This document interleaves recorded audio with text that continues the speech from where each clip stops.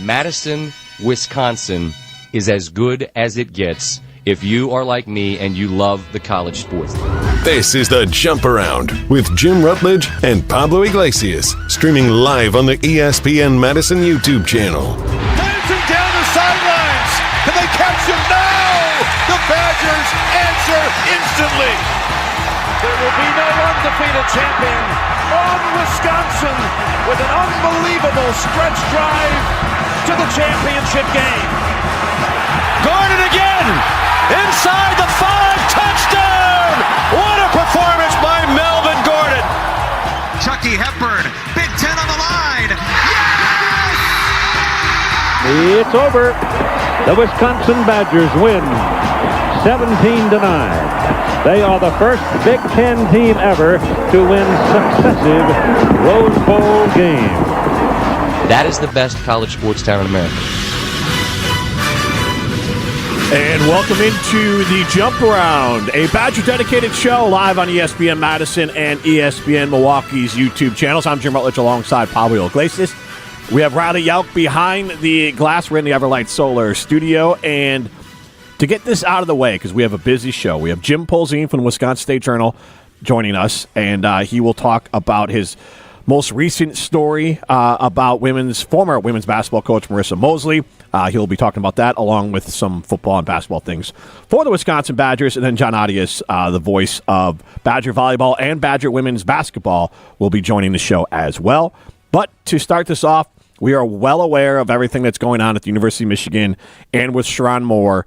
And we are also well aware enough to know that there is not enough information for us to dig into this. It's not the right time to talk about the football side of it because even the football side of it is murky. So I think our stance on this show is we hope that everyone involved has the best outcome they possibly can out of this. And, hopefully by next week we'll have an opportunity to talk more about it. Let's get to Clip of the Week. Around these parts, there's only time for the best of the Badgers. We don't know exactly where we are right now. Why don't you own the Wisconsin football team? We need to play better significantly. They're spoiled rotten. This is the Clip of the Week on the Jump Around. Go someplace else. Go boo in a bar. Yeah, it is. And for Clip of the Week, this week we have from the Barry Alvarez show. No Barry on this week, but Tarek Saleh was very passionate about this place of group of 5 teams and how much James Madison and Tulane belong in the college football playoff. That's not the problem. The problem is JMU and Tulane are in this. Right. This is a joke. They shouldn't be in it. They don't deserve to be in it. And it should be Notre Dame and Vanderbilt should be in or BYU, and it would be solved. We don't need to go 18 or whatever. Texas would even have an argument. One team would be left out, and then so what? That happens. Now you have these 2 jokers in there. It ruins the whole thing, all because of some bureaucratic group of commissioners. We got to let the and so there are fragmented leadership within all the commissioners of the league. They don't have it. They need a commissioner. They need to create a league that's going to create transparency and have the top 12 teams go in. So how do you feel about those jokers being allowed in the college football playoff in James Madison and Tulane? Get over it. Wisconsin, honestly, we shouldn't even be able to have a thought on this because the Badgers would get their asses kicked by either one of these 2 teams, if we're fully honest about it. And this is the system that's set up. I feel like there's more than just the idea of these specific teams. It seems like Tarek and Derek are using James Madison and Tulane as straw man arguments for other things that they don't like. Look, this is how it is. And you know what? The James Madison team, they won the games they had to win to be in competition here. And that's all you ask them to do. And they beat some teams, at least of note, in Washington State and Marshall and others on there. And then Tulane, I'm sorry. Look, they beat a Big Ten team. They beat an ACC team. And then they dominated their conference. And they beat a ranked team in North Texas at the end of the year. So these teams are also throttling most of these opponents. That is something I think matters. And honestly, I'm rooting hard for them to pull off a victory, or at least at a bare minimum look good in this, because I'm old enough to remember when everyone got all upset when Boise State started making noise. And you know what? Boise State went out there and won, I believe, against Oklahoma. That was a sick game. Yes. Hook and ladder, Statue of Liberty play. That was an outstanding game. I think I had that game downloaded on iTunes. I'm not going to lie, and I watched that as a kid. But anyway. Don't come at me with BYU. Come on now. What are we doing here? And so in Notre Dame, you want to worry about special favor. I know for a fact that those two like Notre Dame. Are they okay with Notre Dame getting special rules? Because they are now somehow trying to backdoor their way into the college football playoffs, and Notre Dame didn't get their way this year, so they throw a hissy fit. That's what that feels like. Yeah. That's what it feels like. They're trying to make up rules for Notre Dame, which when it goes head-to-head, why so Miami's it's good for in. Notre Dame, but it can't be good for Tulane and James Madison. Why not? Right, exactly. That's what you want in the college football playoff. That is why it was built, was to create parity, was to create this. Have they ever watched college basketball in their lives? But then people are like, no, 68 teams, it's a totally different sport. If the ACC didn't count a conference game as a non-conference game for absolutely no reason, Miami's in the ACC championship, they probably smoke Virginia, and this isn't an issue at all. But that's college football. It's the parody of this. This is why we ended up creating the playoff, I believe, too, was to get more head-to-heads rather than just the bowl. If you don't want this, then let's just go back to the old bowl system. Also, can we understand that this, as we always like to say, the E and ESPN is entertainment? Can we understand that this is about entertainment? And you know what we're not talking about? Miami being in it, if they're in it. And I'm not saying that's why these teams are in it, but like Tulane and James Madison have already done their job. Because these games, you're going to dial it up. You're going to watch it. You're going to want to see what happens because you want to know, can these teams hang?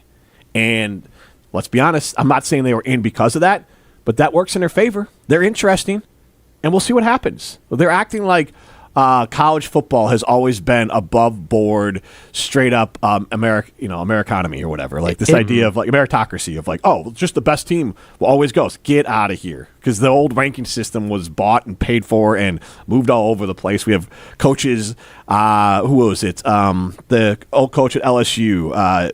Chip Kelly? No, the Ed Orgeron. Yeah. Eddie O. He's basically openly admitting that the SEC's been paying players for years. So get out of here. Just get out. It's never been fair. It's never going to be fair. And college football is honestly on par at this point, in my opinion, with like the Olympics and FIFA. You have to expect no rules. It's the Wild West, and you're just going to have to deal with what happens. Speaking of the Wild West, let's get to the Twitter portal. Hey. The Badgers Twitter portal. It is time to enter the Badgers Twitter portal. And today we have a little longer Twitter portal. Usually I feel like this is cut short. Today we have some big storylines to discuss, starting with potentially, depending on how you look at it, the first big swing of the 2025-26 offseason for Luke Fickell and the Wisconsin Badgers, hiring Eric Mateos away from Arkansas. Wisconsin is parting ways with offensive line coach A.J. Blazik. How do you guys feel?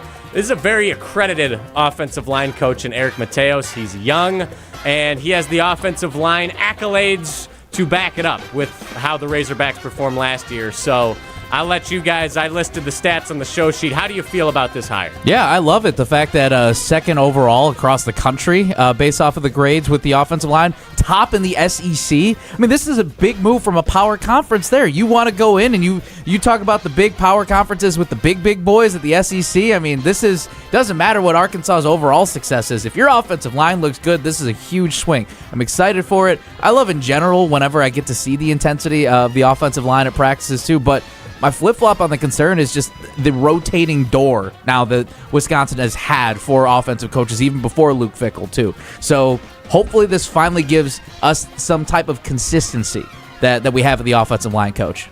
All right. I want to be optimistic about it. I'm not going to pretend at all to know anything about the offensive line coach. I agree with you that moving offensive line coaches in and out is not a good idea. I don't know. Maybe the Badgers should have kept Bob Bostad, and while you're at it, keep Riley Nowakowski both down at Indiana. Maybe that would have been the thing to do. Because Bob Bostad is one of the best offensive line coaches in the history of college football. Should beat Ohio State now. Right, and he was great here. He had a long track record of success. Maybe they should have kept him around. Or kept Rudy happy and kept him around. But none of those things are happening. Here's my quote-unquote PTSD.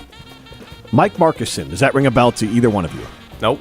All right. He replaced, I believe, Bob Bostad as the Badgers offensive line coach and was fired 4 games into the season for Bart Miller. I think this was Brett's last year at Wisconsin. Okay. Mike Markuson, everyone was super excited because he came from the University of Arkansas in the SEC. And people were super, super pumped about what that meant. Fair enough. Touche. Now, back then it meant... Well played. And what we learned was they had a ton of talent. You didn't have to do much coaching.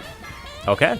Interesting. Fair enough. And he does have a lot of talent down in Arkansas. There's one guy, I know, a transfer, young dude. I mean, it'd be great if he brought him with, but that was at least in the running for some awards. I forget his name off the top of my head. But I think the other piece here that's important and gives me optimism is the fact that Mateos worked with Jeff Grimes at BYU with his best offense in 2019-2020 and at Baylor with some of his best offenses there. So Jeff Grimes does some of his best work with Mateos, which makes me a little more comfortable. Right. That's what I was curious about. Is he a more of a Fickell hire, or is this like a Jeff Grimes suggestion? Hey, we got to bring this guy in, so it's good to know that. Yeah, definitely seems like a Grimes guy. And now moving on from the hires that have, or the people that have been brought into the organization, it's time to talk about some of the guys who are leaving the organization, starting with everyone's favorite Hawaiian slot receiver, Trech Kekahuna has officially entered the transfer portal for the Wisconsin Badgers. I don't think he's getting coaxed back to Wisconsin this time around. He is definitely the most impactful player to have declared for the portal yet. So how do you guys feel about Trech's departure? I'm disappointed not by Trech's decision, though. I'm excited for him. I can't wait to see wherever he goes with those 2 years of eligibility. I hope also he gets healthy because that was a scary situation this year. So again, excited for him. I'm just disappointed because I know the type of dynamic player he is. I know that when he balled out, I think it was the Outback Bowl, right? If I'm not mistaken. The ReliaQuest Bowl? The ReliaQuest Bowl, yes. That's right. The ReliaQuest Bowl where he balled out there and started to get on everyone's radar. I was just really hoping for the buzz there. Jeff Grimes even said, too, at the start of the season, when Trech was in the portal last year, he's like, why is this guy in the portal? Why is he not in our room? He was the first quote-unquote recruit that Jeff Grimes went after to try to bring him back and get him into Wisconsin. So maybe it is just a change of scenery that he needs, but I'm just disappointed because, again, so much potential there, but I'm rooting for him. Yeah, Trech, I'm not surprised at all he's leaving because this offense had to hand him the ball, literally, in end-arounds and things like that to really get him involved. There's no reason that he should show any more faith to the University of Wisconsin. He's been loyal enough, so I wish him luck. And I also would imagine that the Badgers are going to try to have big receivers, and Trech doesn't really fit that, and I think the slot guys are going to be less valuable in this offense. More tight ends, more big wide receivers, block for the run game is what I'm guessing they're trying to do. There is one thing, too, that I think we might be overlooking, like from what I've seen from fan comments and everything talking about this, is that players from Hawaii too go through a lot of different things. Being in Wisconsin, I know with Nick Herbig, with Kamoy Latu, and talking with Trech Kekahuna, they go through different things too. So depending on wherever he goes, wherever he transfers, that could be another reason why as well. So maybe not just jumping onto the train of always being selfish or he's taking the money or all that. Sometimes those things do come into play too. I don't know exactly where he's going to go, but we do need to think about those things as well. Yeah, that's fair. And I will say, not to totally try and diminish that point, but he did post on his Instagram story with a caption saying, sometimes you got to do what's best for yourself, with a money bags emoji. Yeah. So I do think he wants money, which is fair. And I think he's going to get more money elsewhere. And if he heads back to the West Coast, that makes total sense. Now, last departure, we have guys like Tackett Curtis, who's leaving, Atticus Bertrams at punter. But another fan favorite who is leaving is Cade Yacamelli. How do you guys feel about Yak's departure from the University of Wisconsin? Does that move the needle for you at all? It's understandable. I think, again, the potential was there, but just wasn't being utilized. I'm not sure exactly. I do like why they went with Dylan Jones and why hopefully Darian Dupree is going to be healthier, why go that style. But it would have been fun to see what Cade Yacamelli could do, but all in all, just wasn't used to his fullest, and maybe, somewhere else is knocking on his door. That's what I got to say. Yeah, I don't think we're just going to miss Cade Yacamelli's vibes. Yeah, that's true, too. 525-pound squat. That was insane. And when he got on the freaks list, That's by true. The Athletic, that was pretty cool. That was Right, nasty. it is very cool. Maybe he should play a different position. Well, he was a defensive player. Wasn't he a linebacker? Or he was on the defensive side, maybe? I thought. He switched. I'm not sure. I believe he switched. Could Maybe be Jim safety Polzin or will something. know. Yeah, so I feel like something like that would make sense. Yeah, we'll have to ask Jim Polzin. I bet he'd know. Yeah. All right. But that's it for the Twitter portal. All right, and Jim Polzin is coming up next. But if you want to make a better sleep, and if sleep has been hard to come by for you, you're not alone, and the right mattress can make all the difference. That's why Helix Sleep and Steinhoffels have teamed up to bring their award-winning mattresses to Steinhoffels. Now you can try Helix in person, something you can't do anywhere. Right now, Steinhoffels is offering 20% off all Helix mattress orders, just for our listeners and viewers. Head to steinhoffels.com to learn more. Helix Sleep and Steinhoffels. Better sleep starts now. Let's get to Jim Polzin. This season, bring home the joy with Steinhoffel's 12 Days of Christmas sale. Save 10% on the styles you've been wishing for and pay later with 18-month 0% financing. Don't miss incredible holiday deals like a queen mattress $399, this sofa $399, a queen bed $399, this dining table $689. Get more holiday for less during Steinhoffel's 12 Days of Christmas sale. Shop in store or online at steinhoffels.com. And we are thrilled to be joined by Jim Polzin of the Wisconsin State Journal. Jim, how are you doing this afternoon? Great. How are you guys? We're doing well. A lot of different things in the news, but I don't want it to get lost. Your story, and you guys have been on this from the beginning with BadgerExtra, about the Badgers' response in court. And can you kind of update us a little bit on the timeline of this story, since you guys have been covering it, and the latest, what's going on with the abuse allegations against former Wisconsin Badgers women's basketball coach Marissa Mosley? Yeah, Wisconsin's response was due this week. I think they had a certain amount of time after the initial filing in July or August was made by the plaintiffs in the case. Came back this week. The gist of it is they want the case dismissed in part because Wisconsin doesn't think any of the athletes' civil rights or constitutional rights were, they didn't feel like those were. That Wisconsin did anything against those. It was 86 pages, and I got to admit, I didn't go through it all. Todd Molesky, my colleague, is really good at this stuff, and he wrote the story. He read every single word of those 84 to 86 pages. It's a lot of legalese in it, and I think it's a long ways to go in this thing. From here it goes back to the plaintiffs, and eventually a judge is going to have to decide whether to keep the case going, but there's a lot in there, and certainly it's a complicated case. I was not. It's not surprising that the defense would be a complicated document.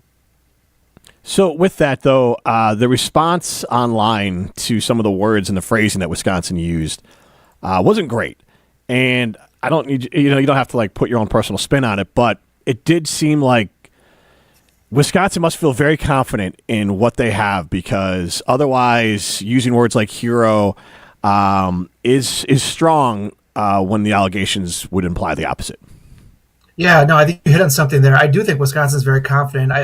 Chris McIntosh spoke to the athletic board about a month ago and kind of previewed that this was coming. Their response was due in December and it was coming. And I think he said that day that they have the utmost confidence that, that they're right in this situation.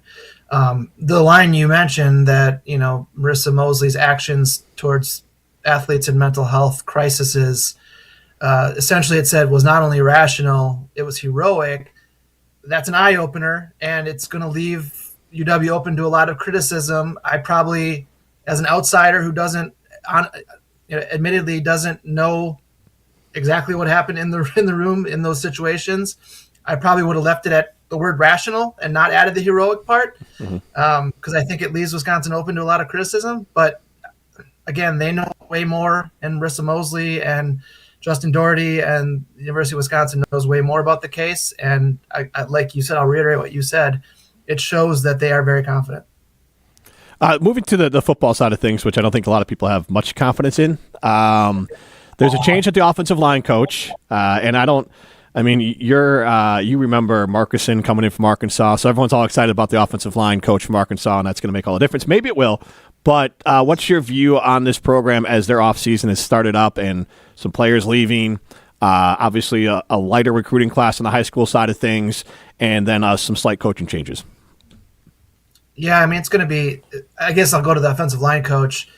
Has a history with Jeff Grimes, the offensive coordinator, so I think that's notable and maybe a sign that Jeff Grimes wanted to get in someone he was a little more comfortable with. I think it's no secret that the offensive line has been a struggle not only this past season but multiple seasons, and they have to get it fixed. If this program is going to get back to where it wants to be and where it should be, they have to fix the offensive line. And so I think they're hoping a new voice and new leadership in that room means something. I think what I would tell fans about this offseason is it's going to be a marathon, not a sprint.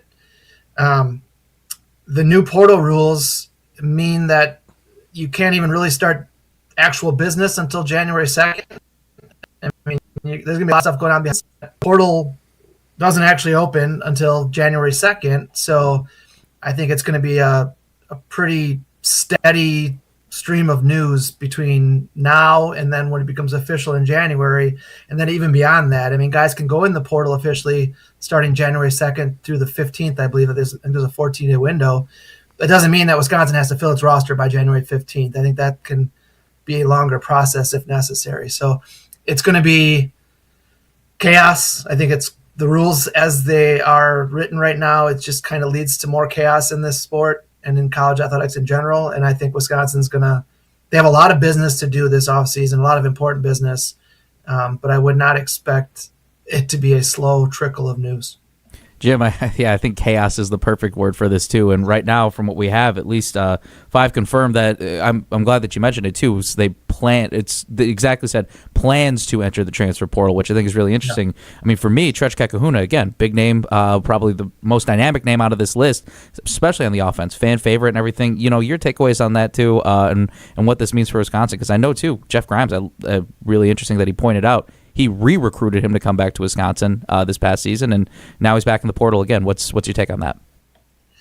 Yeah, I can't say I'm surprised totally, because Trech has had a little bit of a commitment issue throughout his career, even going back to high school. He's changed his mind a couple times. Last year he had a foot out the door, and they recruited him to come back.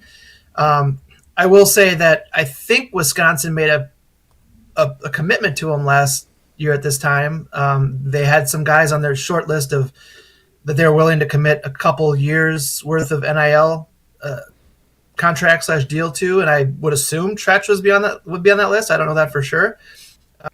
So kind of this murky area of college sports now is, if you sign a contract, what does it really mean? And if you want to back out of that contract after 1 year, how does that work? So I don't know if that ever sees the light of day, but I'm guessing that's kind of part of the conversation behind the scenes is figuring that stuff all out. I think last year at this time, guys, guys would enter the portal because there was a December window. Now, because you can't go in until January 2nd officially, I think some of these decisions are going to be kind of delayed. There's probably a lot of negotiating in terms of retaining players right now. And then even then, I think some of these guys might be waiting till the end of the semester, wait till finals is over before they actually go on Twitter and say, hey, I'm transferring. With the basketball program, they had honestly a bad loss last night. When Fred Hoiberg's team plays better defense than yours, you're probably in some trouble. Wisconsin has 3 losses: Nebraska, TCU, and BYU. And obviously BYU and Nebraska, both ranked opponents. They've been able to handle the teams that they should be able to handle. But where's your thought on where this Badger basketball team is now, and where do you think they're going to tighten up? Because Greg Gard was pretty frank last night of they need to play better defense. And I've talked to former players, and they understand the new way that things are played. Like you have to focus on offense and get offensive players, but you have to play some level of defense. Yeah, no, he's disappointed. He should be. I mean, I would say this. I thought this team would be better at this point of the season than it is. And I think if you're concerned as a fan, I think that's valid. I do. I think the way they played defensively last night was abysmal. I think the one thing that two things stood out to me about that game. Nebraska seemed like the more connected team. Wisconsin just seems disconnected on both sides of the court. I think they're a lot of new faces trying to get used to playing with each other. The more alarming thing to me watching that game was Nebraska just played harder. Like they were more intense than Wisconsin's. And those are controllables, right, guys? Like you can Yep. control how hard you play. And so that stood out last night to me as being something that, Greg Gard's got to get fixed and get fixed in a hurry, because the grind of Big Ten play is right around the corner. And this is a tough, tough league this year. And before you know it, you can find yourself in a hole in terms of record-wise. If you go back to previous years, it's a different case. Like they haven't built enough of a resume now that you can take some losses in Big Ten play. The good news about the Big Ten is there's plenty of opportunities to get quad 1 wins and quad 2 wins, but I don't love where this team is at right now. There's some areas of concern that they need to shore up. I want to touch on the team chemistry match, because I know that Greg Gard mentioned early in the games too, or early in the season, I should say, is that they are making mistakes, but they're correctable mistakes. You mentioned how hard they play. That is a correctable thing. What are some other correctables that you think they could do to turn things around? Yeah, I mean, like Jim already hit on defense, and I think that's one thing. You got to build some sort of synergy on that end of the court. Offensively, two things that stand out is they shoot a lot of threes, which I know is kind of the point these days, but they got caught last night shooting way too many threes. And when shots aren't falling, you got to figure out something else. You got to get post touches. You got to try to get to the rim, and they just couldn't do that.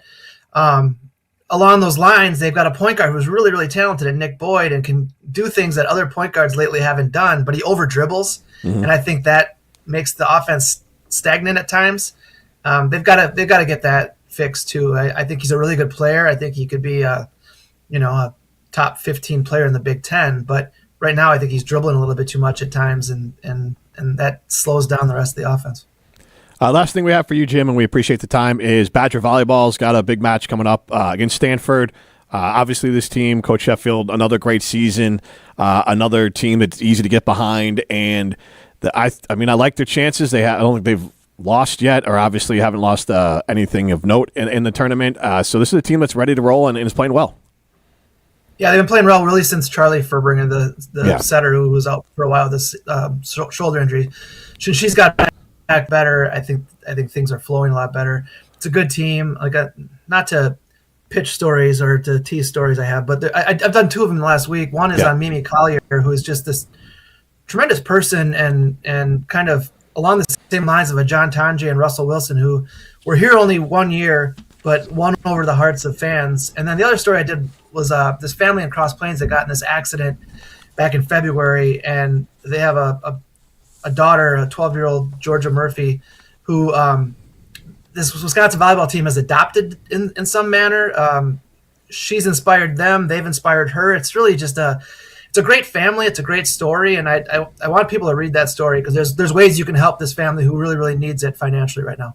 Well, Jim, we appreciate you sharing that with us and your time. Wisconsin State Journal, BadgerExtra. Always great stuff. Always enjoy reading you, Jim. Thanks, Jim. Thanks, guys. Appreciate you having me. Take care. That's Jim Polzin. We're going to be joined by John Arias in a minute. But if better sleep has been hard to come by, you're not alone, and the right mattress can make all the difference. That's why Helix Sleep and Steinhoffels has teamed up to bring their award-winning mattresses to Steinhoffels. Now you can try Helix in person, something you can't do just anywhere. Right now, Steinhoffels is offering 20% off all Helix mattress orders just for our listeners. Head to steinhoffels.com to learn more. Helix Sleep at Steinhoffels. Better sleep starts now. John Arias starts in 30 seconds.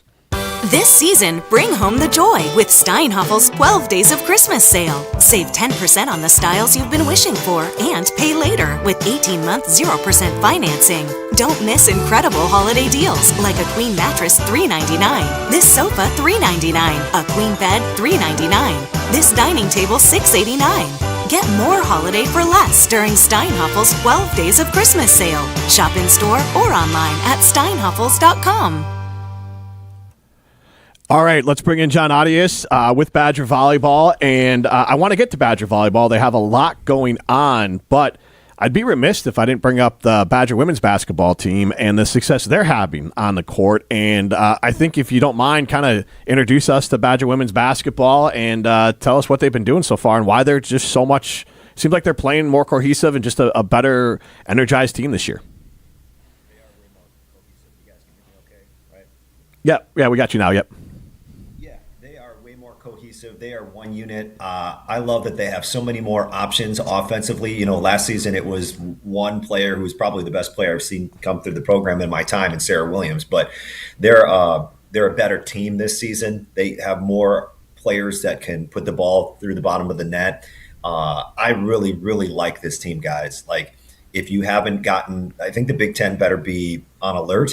And I don't mean that in a sense that I don't know if they can compete with the UCLAs of the world, but I think they're going to surprise a lot of people, and they already have with one Big Ten win. I'm super excited, and I'm super bullish on this season for Wisconsin basketball. John, pulling back the curtain a little bit, too, getting to talk to Robin Pinchton, the new head coach, and the conversations that you've had with her, the things that she shared, her philosophy, all that, for, again, to introduce Badger fans here on the Jump Around, a little bit more insight about women's basketball. Tell us a little bit about Robin Pinchton and what you know about her. What I know about her so far is she's kind of a no-nonsense type of coach. She's a coach that stresses the importance of hard work. She's a coach that stresses the importance of family, of faith, of basketball. And she's also somebody who has gotten this team to become one unit quicker than I've ever seen.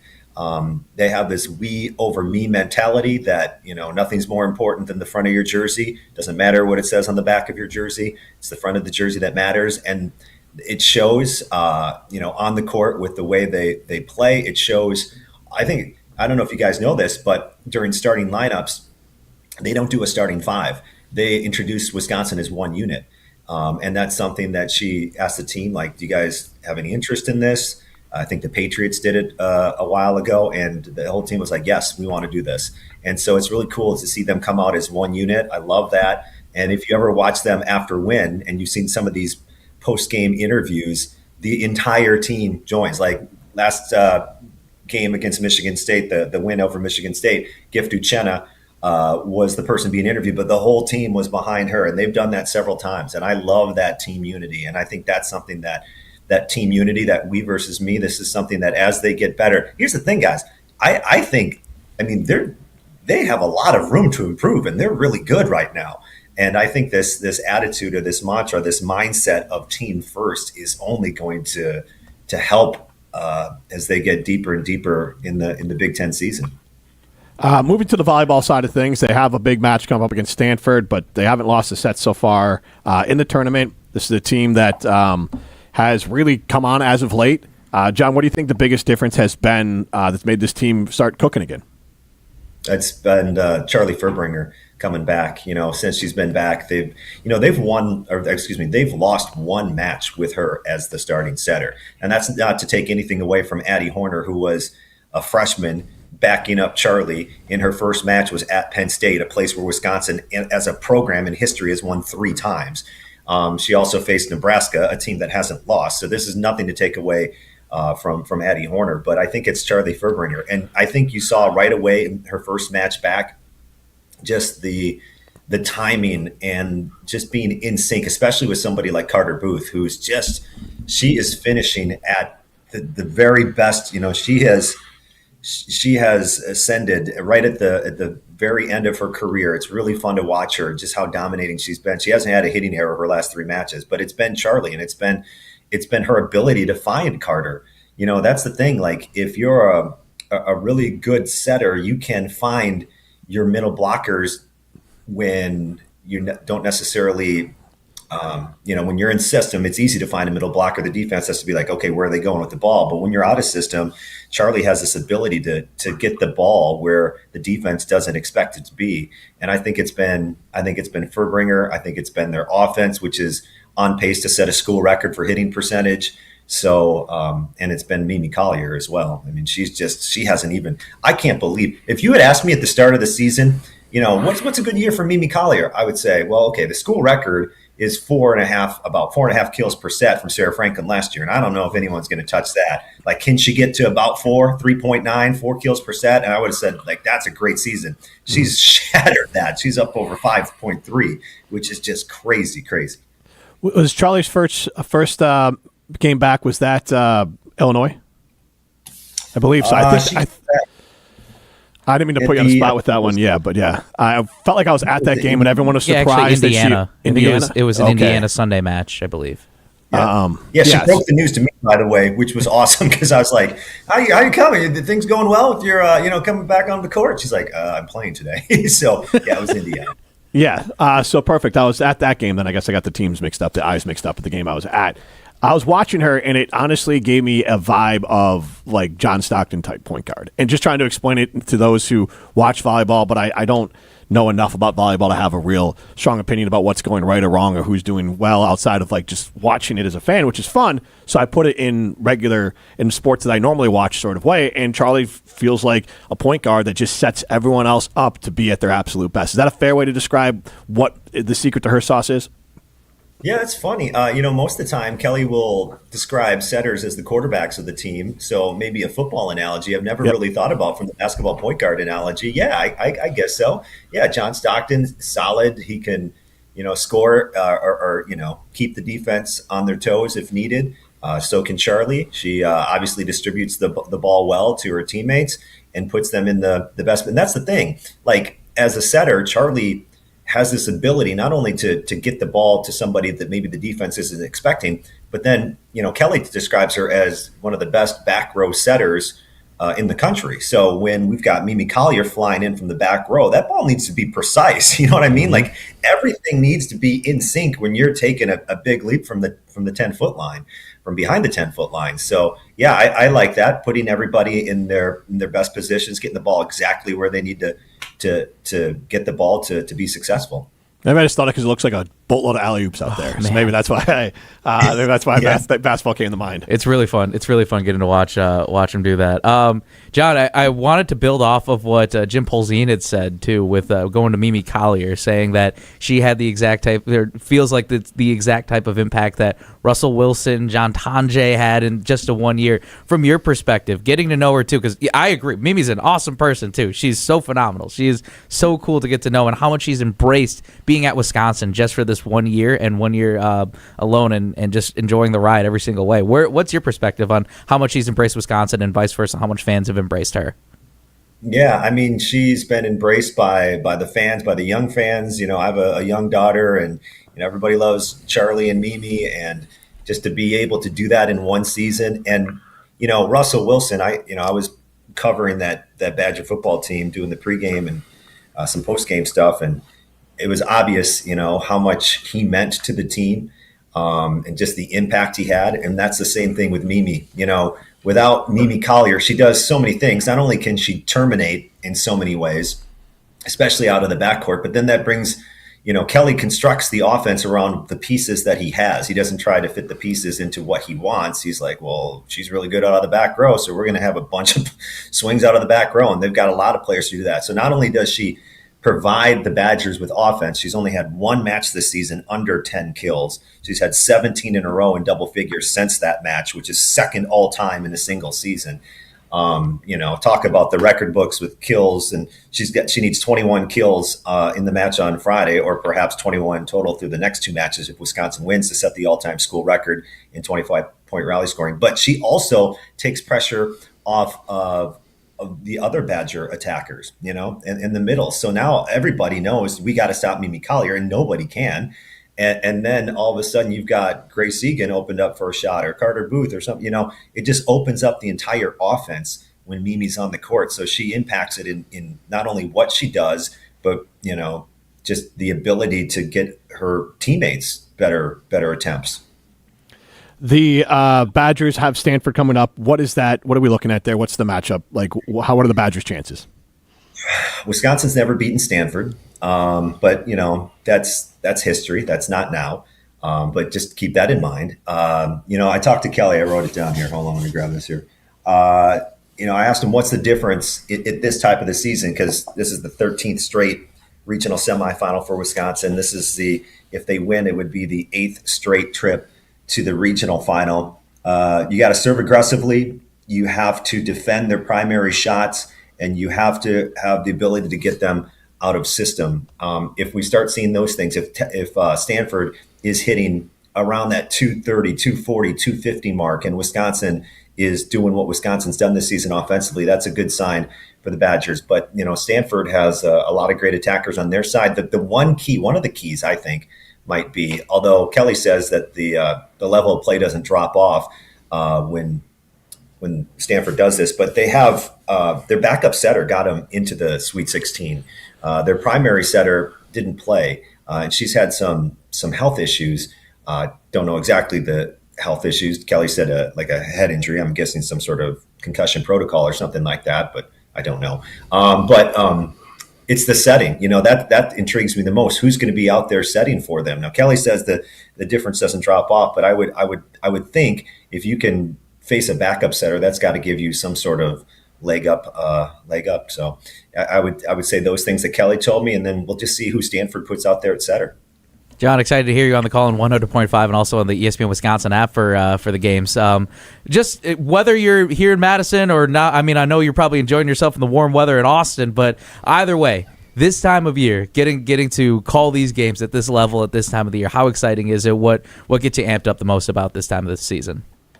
It's just the importance of it, and it's win or go home. It's that mentality, and there's nothing better than it. And I was thinking about the 13 straight Sweet 16s. When I first started calling volleyball games, the joke around the radio station was I was the jinx because they had gotten to the tournament for so many seasons, and 2008, 2009, 2010, 2011, 2012, no tournament. And then to have 13 straight Sweet 16s, it's pretty fun to be able to be in those moments. To have 7 straight Elite Eights, to have 5 Final Fours, to have a national championship and call 3 national championships, this is a very rare thing that's been happening over the last decade plus at Wisconsin. So I try not to take it for granted. I try to enjoy the moment as best as I can and just get excited because this is what you play for. You know what I mean? Like, you can have a great regular season. That's awesome, winning Big Ten titles. It's fantastic.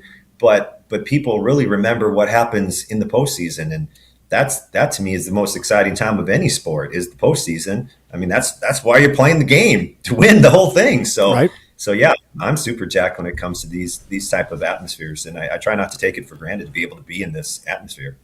Well, as Pablo said, you can listen to the game on the ESPN Wisconsin app and on ESPN Madison here in Madison. Also, we have the announcer cam on ESPN Madison's YouTube stream with John on it. We don't have the postseason. No announcer cam in postseason, unfortunately. My bad. Go to the app. Go to the app. Go to the app then, and you can listen on 100.5. Or listen on 100.5 ESPN. John, thank you so much for the time. Thanks, guys. All right, that's John Arias. This has been the Jump Around live on ESPN Madison and ESPN Milwaukee's YouTube channels.